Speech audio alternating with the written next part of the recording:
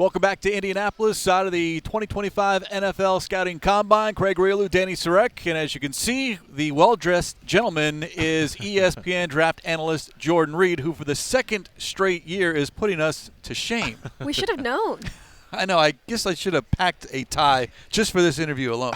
I'm just blessed to be in you all's presence. Happy to be here. Well, we appreciate it. Not only a tie, by the way, but complete suit and tie here, fit for the occasion. Dress for the occasion. Why do you love this week and the NFL Scouting Combine? Well, it's really like the start of the pre-draft process. For people that don't follow the draft all year, this is like the staple and really like the convention of where we really get to see these guys really differentiate themselves from one another.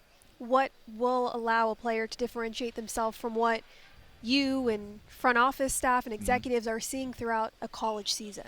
Well, you come into this event with some priors on your mind, so really you use the combine to either confirm or deny maybe some things that you saw on tape. And then also there may be some new guys that you discover and like, oh, he ran pretty fast or he ran much faster than what I was thinking. I want to go back to something that you recently tweeted because I find this interesting because this year's draft class doesn't have the star power, meaning the quarterbacks aren't leading the charge, but you wrote, this draft class can, quote, fill holes and create depth with quality starters, but there's not a lot of star level or instant impact players at the top.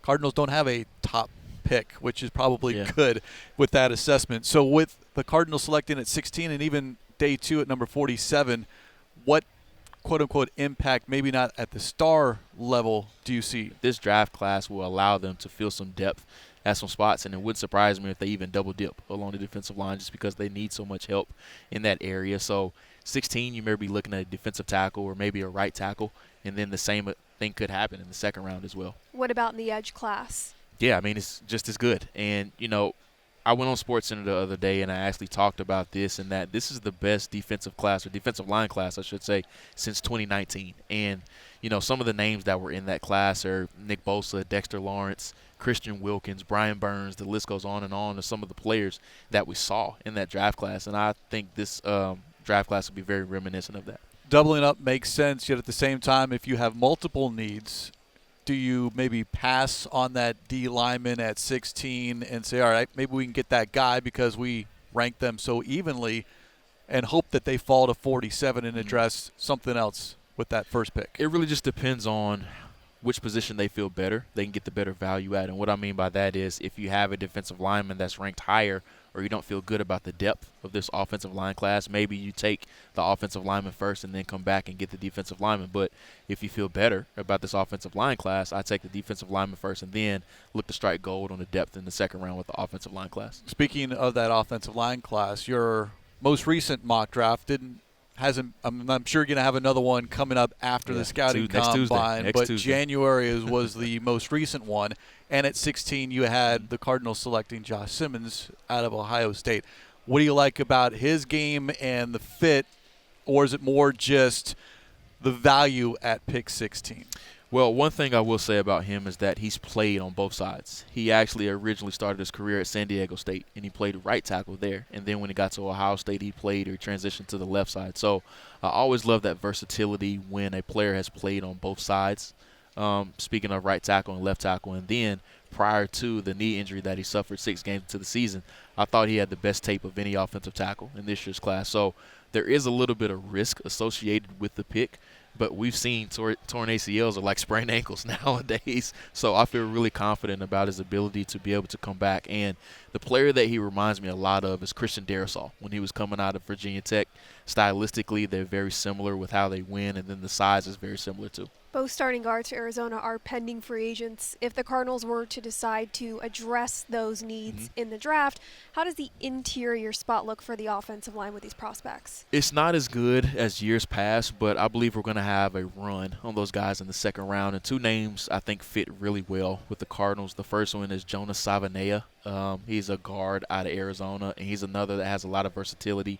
He's played primarily right tackle during his career, but I believe he transitions better inside to guard. And then the next one is Emory Jones out of LSU, who's primarily played right tackle during his career at LSU, but I think he's another that needs to transition inside. Outside of the line of scrimmage, this draft class in particular, where do you see position-wise that is the highest quality compared to maybe other drafts? Running back, without question. And this class compares very favorably to 2017.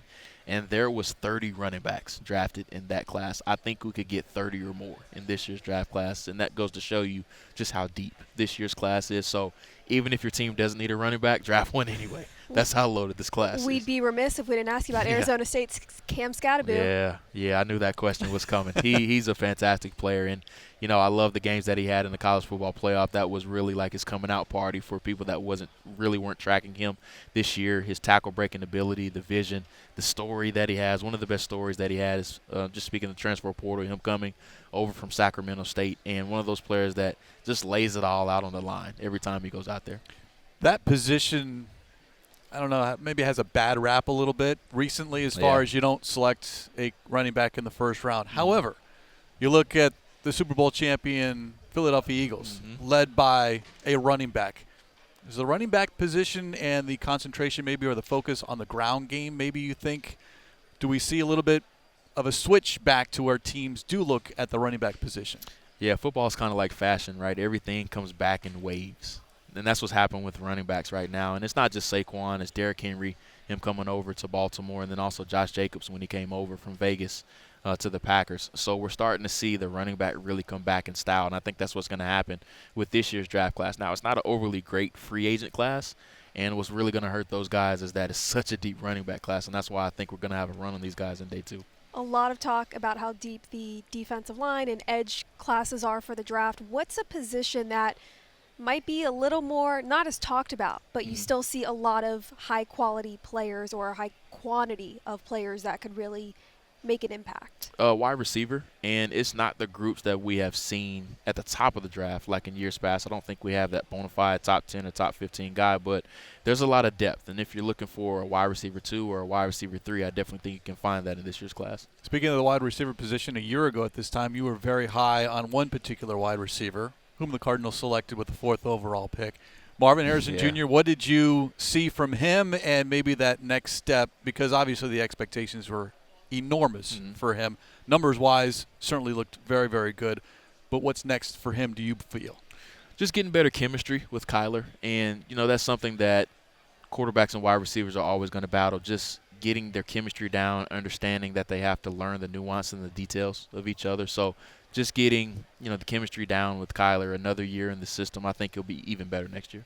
There are some fans or people who might think when you're picking at 16 right in the middle of the pack, you'd rather be the top of the draft so you can get a premier player or the bottom of the draft. And what benefits can there still be for 16 for people who think, well, why would you want to be in the middle of the pack? You want to be on either end, right? Because you either have a great season or you get top of the pick. Well, my answer to that would be if I'm not picking at 32 overall, then my season was a failure anyway. So I don't really Fair enough. I don't really believe in that assessment. But with that, I don't think it really matters where you pick, honestly, as long as you pick productive players. And with a great talent evaluator like Monty Ossenford and what he has shown and how he's building the roster, I think the Cardinals are in really good hands. And even though they don't have a whole bunch of picks this year, I think you guys are going to be talking about how much he's moving around on draft day, similar to what we saw with his very first draft with the Cardinals. So I'm excited to see what he does. Yeah, from 12 picks last year to just 6 this year. Jordan, always appreciate the time.